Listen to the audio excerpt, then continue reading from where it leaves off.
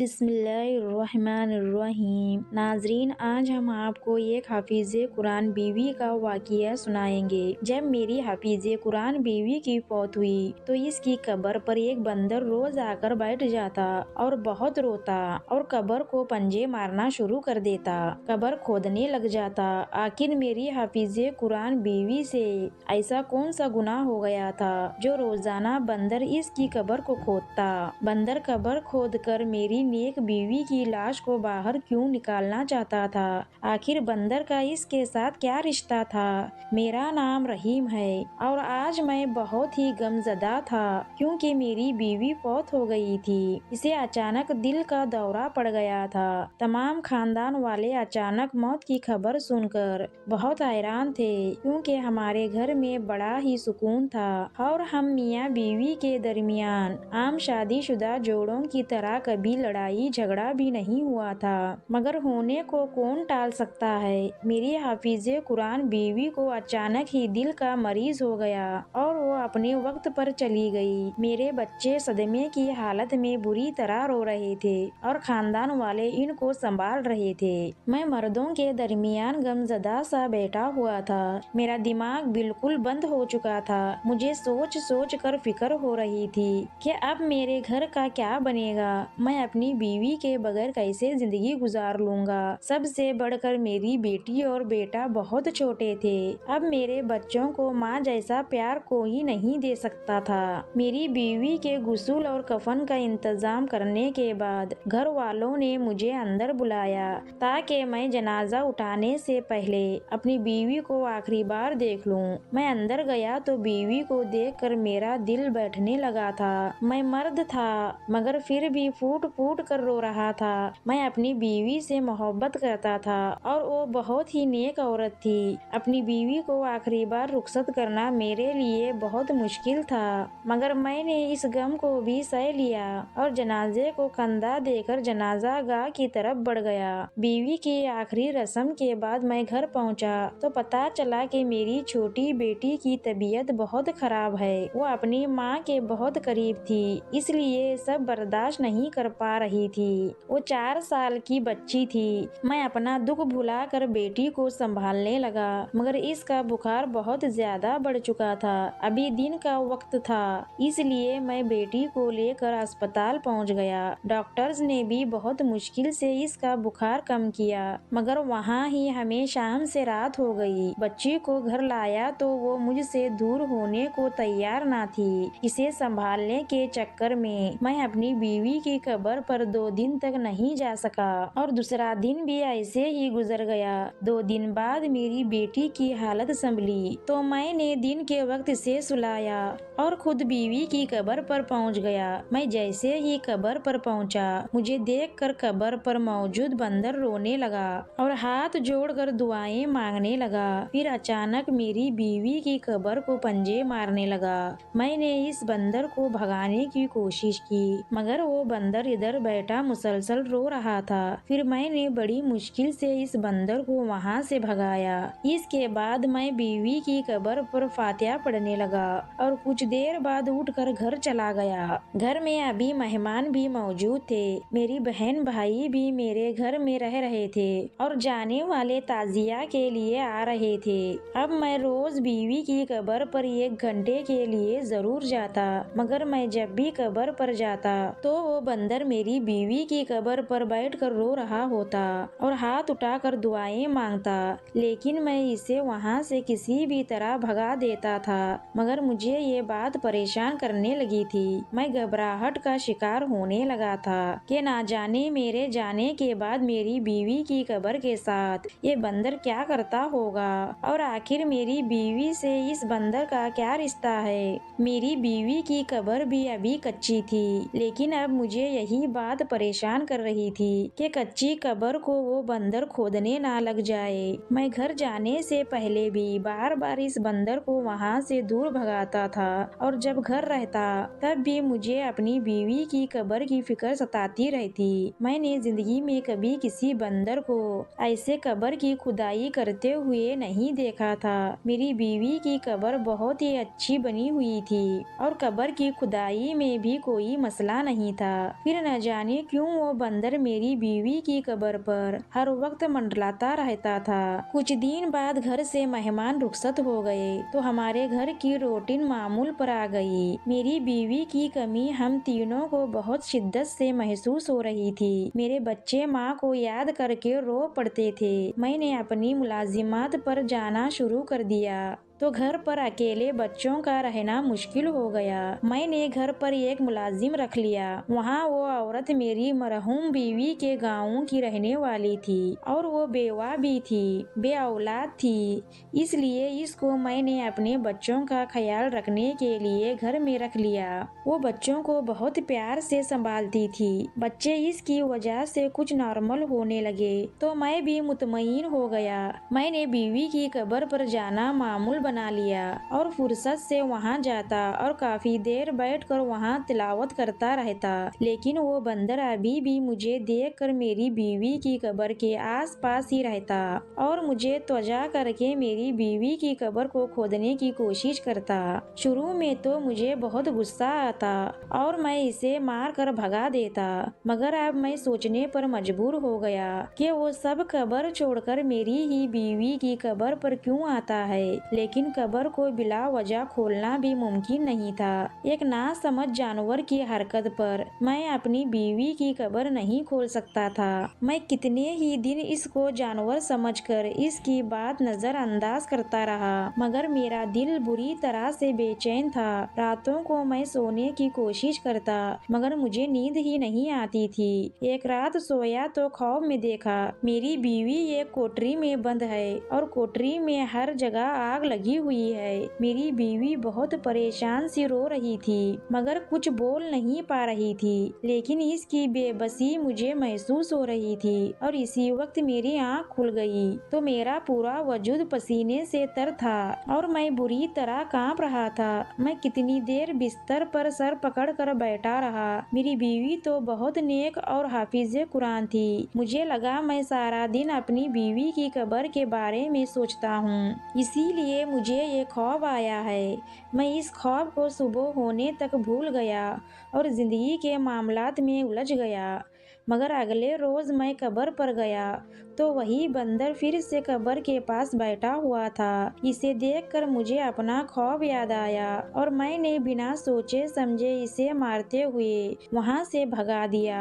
मगर जब रात को सोया तो फिर से वही ख्वाब आया। इस बार मेरी बीवी आग और धुएं की वजह से बेहाल सी कोठरी में गिरी पड़ी थी और मैं बाहर खड़ा सब देख रहा था। मेरी आँख खुली तो मुझे बेहद परेशानी हुई। मैं समझ नहीं पा रहा था मैं इस मामले की गहराई तक कैसे जाऊं। मैं अगले रोज सुबह सुबह मस्जिद चला गया और इमाम साहब को अपनी परेशानी बताई। पहले तो इमाम साहब ने इस बंदर की बात सुनकर मुझे यही समझाया कि वो जानवर है जो नासमझी में ऐसी हरकत कर रहा है। तुम चंद रोज के लिए कुछ कांटेदार झाड़ियाँ काट कर अपनी बीवी की कब्र पर फैला दो ताकि जानवर वहां तक ना पहुंच पाए। जब मैंने अपने ख्वाब का जिक्र किया तो इमाम साहब ने चौंक कर मुझे देखा।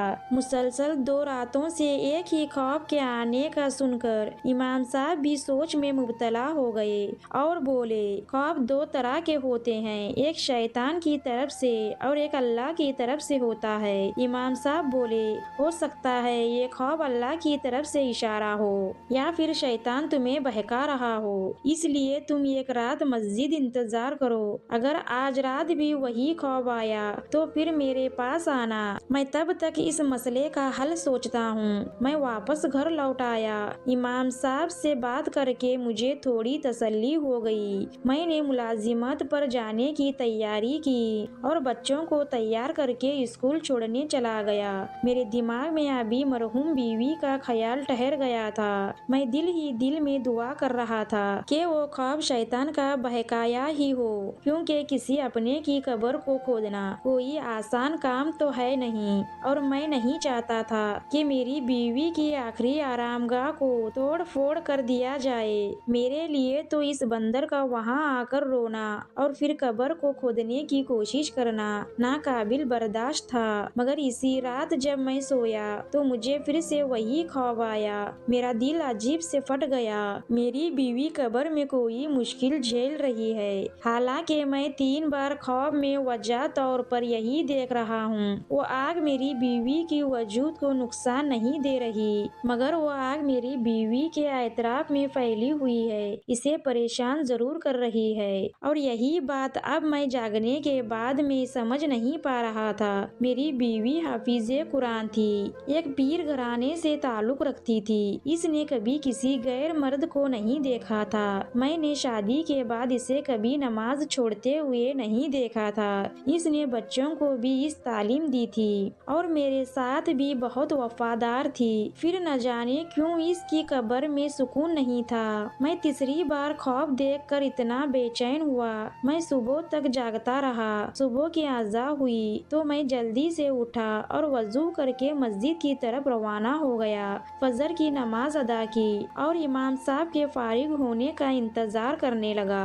नमाजी उठ कर जाने लगे तो मैं उठकर इमाम साहब के पास चला गया। मैं बोला, इमाम साहब, मैंने रात फिर वही ख्वाब देखा है। मैं बेचैनी से इमाम साहब से बोला वो मुझे कोई हल बताएं ताकि मेरी बीवी अपनी कब्र में सुकून से सोए और मुझे भी वो ख्वाब तंग ना करें। इमाम साहब गहरी सांस लेकर बोले कि इसका अब आखिरी हल यही है कि कब्र खोल कर देखा जाए। वो बोले कि अगर खुदा ना करे कब्र में मौजूद मुर्दे पर अल्लाह का अजाब आया हो तो फिर हम चाह कर भी कब्र नहीं खोल पाएंगे, क्योंकि हमें अल्लाह की तरफ से इजाजत नहीं मिलेगी। लेकिन अगर कोई और वजह होगी तो हम कब्र खोल कर देख लेंगे और फिर शायद कोई हल भी नजर आ जाए। इमाम साहब की बात ने मेरे रोंगटे खड़े कर दिए। मैं अपनी बीवी पर अल्लाह की तरफ से नाजिल हुए अजाब का मैं तो तसव्वुर भी नहीं कर पा रहा था। मैं इमाम साहब के साथ कब्रिस्तान की तरफ बढ़ा तो मेरी टांगे कांप रही थी और मैं अल्लाह से बार बार दुआ कर रहा था मेरी बीवी की कब्र में कोई और ही मसला हो, मगर अल्लाह का अजाब ना हो। मैंने इमाम साहब को बताया मेरी बीवी बहुत नेक थी, इस पर अल्लाह का अजाब नहीं आ सकता। इसने तो सारी जिंदगी भला ही काम किया है। इसके वालिद भी नेक थे। इमाम साहब बोले कि दिलों का राज सिर्फ अल्लाह जानता है और अल्लाह बड़े से बड़ा गुनाह माफ कर देने वाला है। वो रहीम भी है और अल्लाह ताला छोटे से गुनाह पर सख्त पकड़ करने वाला भी है। इसलिए इंसान को कहा जाता है हमेशा संभल कर रहिए। इमाम साहब के साथ कब्रिस्तान पहुंचा तो आज भी वही बंदर मौजूद देखकर फिर से रोते हुए मेरी बीवी की कब्र खोदने लगा और कब्र पर बैठकर दुआएं मांगने लगा। मैं इसे भगाने के लिए आगे हुआ तो इमाम साहब ने कहा इसको मारना मत, हो सकता है ये सब कुछ अल्लाह के हुक्म पर कर रहा हो, इसलिए आराम से इसको हटाओ और जिस जगह को ये खोद रहा है पहले वही जगह खोद कर देखो। इमाम साहब की बात मैंने मानी और आगे बढ़ा। मैंने इस बंदर को हटाकर इस बंदर के निशान लगी जगह पर मिट्टी हटाना शुरू की तो वो बंदर भी आराम से एक तरफ बैठ गया। मैं दिल में दरूद शरीफ का विर्द करता कब्र खोल रहा था। जब मैं इसी जगह की गहराई में पहुंचा तो मुझे झटका लगा। वो मंजर देखकर मेरा कलीजा फट गया। मैं चीख मार कर कब्र से दूर हो गया। इमाम साहब जो मेरे पीछे ही खड़े हुए थे कदम बढ़ाकर आगे हुए और कब्र में बने इस गड्ढे में देखने लगे। इमाम साहब बेशक पर अल्लाह का विर्द करने लगे जबकि मैं बच्चों की तरह रो पड़ा। मुझे यही गम खाए जा रहा था। मेरी बीवी इतनी अजियत से रही थी पर मुझे कुछ खबर ही नहीं हुई। मैं गम से रोता जा रहा था जबकि इमाम साहब का जिस्म कांप रहा था। इस रोज मैंने अपनी मरहूम बीवी की कब्र में जो कुछ भी देखा वो मेरी जिंदगी का सबसे भयानक मंजर था। जिंदगी भर अपने घर वालों को आराम और सुकून वाला बिस्तर देने वाले लोग अपने प्यारे की मौत के बाद कितने बेबस हो जाते हैं। मैं भी इस बंदर को देख रहा था जो मुझे पहले रोज से इशारा देने की कोशिश कर रहा था, मगर मैं उल्टा इसको ही मार कर भगा देता। मगर वो नासमझ जानवर फिर भी मेरी मदद करना चाहता था। मौलवी साहब ने मुझे देखकर पूछा, क्या तुमने कभी महसूस किया है किसी ने तुम्हारी बीवी की कब्र को खोद कर ये हरकत की है? मैंने इमाम साहब को बताया मैं रोजाना बला नागा अपनी बीवी की कब्र पर आ रहा हूँ, मगर मैंने इस कब्र पर कोई तब्दीली नहीं देखी सिवाय इस बंदर के, मगर मैं इसे भी यहाँ से भगा देता था। मेरी बात पर इमाम साहब हैरान होने लगे और बोले, ऐसा भी नहीं हो सकता कि कब्र खोले बगैर ये सब किया गया हो। जो हरकत तुम्हारी बीवी के साथ कब्र में की गई है, इसके लिए कब्र को खोदना तो जरूरी है। अचानक इमाम साहब बोले, तुमने अपनी बीवी को अपनी निगरानी में कब्र में उतारा था। इनके सवाल पर मैंने हाँ में सर हिलाया और कहा, मैं चाहे जितना भी गमज़दा था, मगर जब मेरी बीवी को कब्र में उतारा जा रहा था मैं वहाँ मौजूद था, इसीलिए इसकी कोई गुंजाइश नहीं थी कि इसी वक्त ये हरकत कर दी गई हो। इमाम साहब ने मुझे इसी वक्त पुलिस को बुलाने का कहा। मैंने इसी वक्त पुलिस को बुलाकर ये सारा मामला इनके हवाले कर दिया। मेरा तो रो रो कर बुरा हाल था। एसपी साहब मुझे तसल्ली दे रहे थे। पुलिस ने गौर से तफ्तीश की और फिर पुलिस के 6 हल्का सादा कपड़ों में कब्रिस्तान की निगरानी करने लगे। मुसलसल 12 दिन की निगरानी के बाद मेरे बीवी के मुजरिम पकड़े गए। इस रोज कुछ मर्द हजरात रात एक औरत का जनाजा लेकर आए, तो इसी रात इस औरत बिचारी की कब्र को भी रात को कुछ लोगों ने खोदना शुरू कर दिया।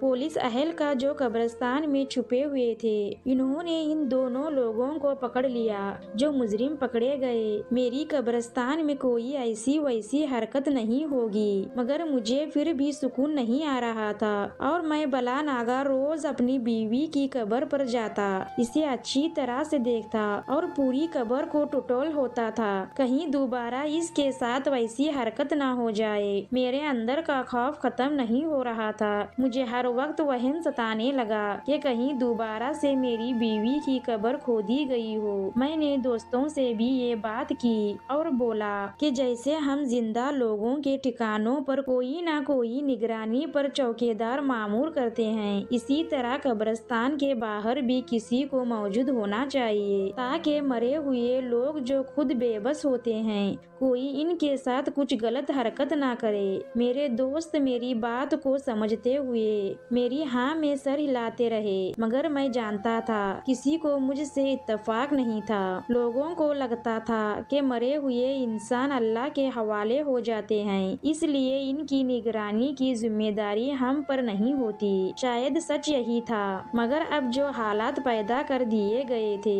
इस पर मुझे तो यही लगता था कि हमें कब्र की भी हिफाजत करनी चाहिए। मेरे हालात दिन ब दिन बिगड़ते जा रहे थे। मैंने एक रोज अपने घर में काम करने वाली बूढ़ी मुलाजिम से भी पूछ लिया, क्या आपने कभी कब्रों के बारे में ये बात सुनी है कि इनमें कोई पतीले खून आलूदा रखे हुए हो या कुछ ऐसा जिसे देखकर इंसान ही डर जाए। मेरे इस अजीब सवाल पर वो बूढ़ी हैरान हो गई थी और वो खौफ ज़दा सी तौबा करते हुए बोली, ये आप क्या बोल रहे हैं बेटा, मैंने तो ऐसा कभी नहीं सुना। कब्र में भला कौन इंसान हाथ डाल सकता है। इस औरत की सादा सी बात पर मैं भी चुप होकर रह गया। मैं जानता था कोई भी मेरी बात पर यकीन नहीं करेगा। आम हालात में मैं भी इस बात को मजाक समझता था, मगर अब मैं जानता था ऐसा वाकई होता है, क्योंकि मैंने अपनी बीवी की कब्र में निहायती छोटे छोटे 2-3 पतीले देखे जिन पर खून लगा हुआ था और बड़ी बड़ी सुइयां छुपी हुई थी। न जाने वो पतीले मेरी बीवी के कब्र में इन 2 मुजरिमों ने क्यों रखे थे, मगर इन पतीलों की वजह से मेरी बीवी अपने कब्र में बेचैन पड़ी हुई थी। मैंने इमाम साहब की मदद से वो पतीले तो निकाल लिए, मगर मेरे अंदर की बेचैनी खत्म नहीं हो रही थी। मुझे रो रो कर यही अफसोस हो रहा था, अगर वो बंदर कब्र खोदने की कोशिश ना करता और मुझे इशारा ही ना देता तो शायद मैं कभी ना समझ सकता, और अगर मुझे खौफ ना आता तो मैं शायद कभी कब्र को खोलने की हिम्मत ना कर पाता। कब्र का वो मंजर मेरे लिए इतना खौफनाक था कि मैंने अपना दिमाग जितना भी लगाने की कोशिश की, मगर मेरी आंखों से वो भयानक मंजर नहीं जा रहा था जो मैंने बीवी की कब्र खोदते हुए देखा था। मेरी बेचैनी हद से ज्यादा बढ़ गई। मैं फिर से इमाम साहब के पास गया। इमाम साहब ने नरमी से मुझसे पूछा, क्या हुआ, सब खैरियत तो है ना, तुम परेशान क्यों लग रहे हो। इन्हें लगा था मैं फिर से किसी परेशानी का शिकार हो गया हूँ। तब इमाम साहब के पूछने पर मैंने कहा, इमाम साहब मुझे चैन नहीं आ रहा। मैंने जब से वो मंजर देखा है मुझे सुकून नहीं मिल रहा है। रातों को सो नहीं पाता हूँ। मुझे बार बार यही लगता है कहीं मेरी बीवी की कब्र पर वो सब कुछ फिर से ना हो। मेरी बीवी को कोई तकलीफ ना पहुँचाए। हमें कब्रों की निगरानी के लिए भी कोई चौकीदार रखना चाहिए। इस पर इमाम साहब बोले, आप फिक्र ना करो, दोबारा ऐसा नहीं होगा।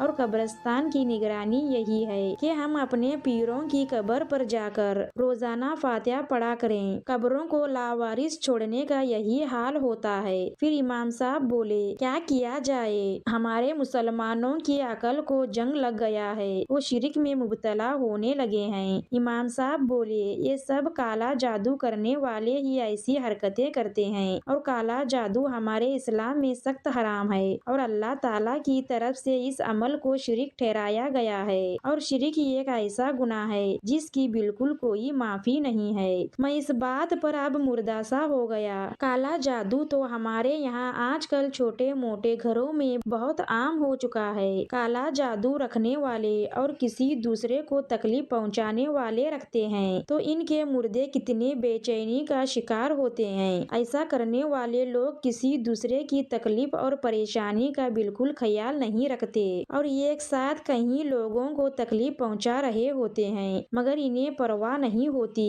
इमाम साहब बोले, शायद इस बंदर ने इन गुनाहगारों को तुम्हारी बीवी की कब्र खोद कर इसमें पतीले रखते हुए देख लिया था, इसलिए वो तुम्हें इशारा दे रहा था। मगर कुछ लोग तो ऐसे होते हैं जिनकी कब्रों में सारी जिंदगी तावीज़ें और पतीले पड़े रह जाते हैं मगर कभी किसी को खबर तक नहीं होती और मुर्दे अपनी कब्रों में ऐसी चीजों की मौजूदगी की वजह से बेसुकून का शिकार रहते हैं। इमाम साहब ने मुझसे कहा, तुम खुश नसीब हो, तुम्हें अल्लाह ताला की तरफ से भी इशारा मिल गया। मैंने रोते हुए इमाम साहब से कहा, मेरी बीवी बहुत नेक थी, इसलिए शायद इसकी बेचैनी और बेशक अल्लाह ने खत्म कर दी। और ये सच भी सच है कि जानवर इंसान से ज्यादा वफादार होते हैं। नाजरीन, आज का वाकया आपको जरूर पसंद आया होगा। नाजरीन, इस्लामिक वाकयात, सबक, अमवास, कहानियाँ सुनने के लिए हमारे चैनल को सब्सक्राइब करें और हमें सपोर्ट करें। मिलते हैं अगली वीडियो में, तब तक के अल्लाह हाफिज।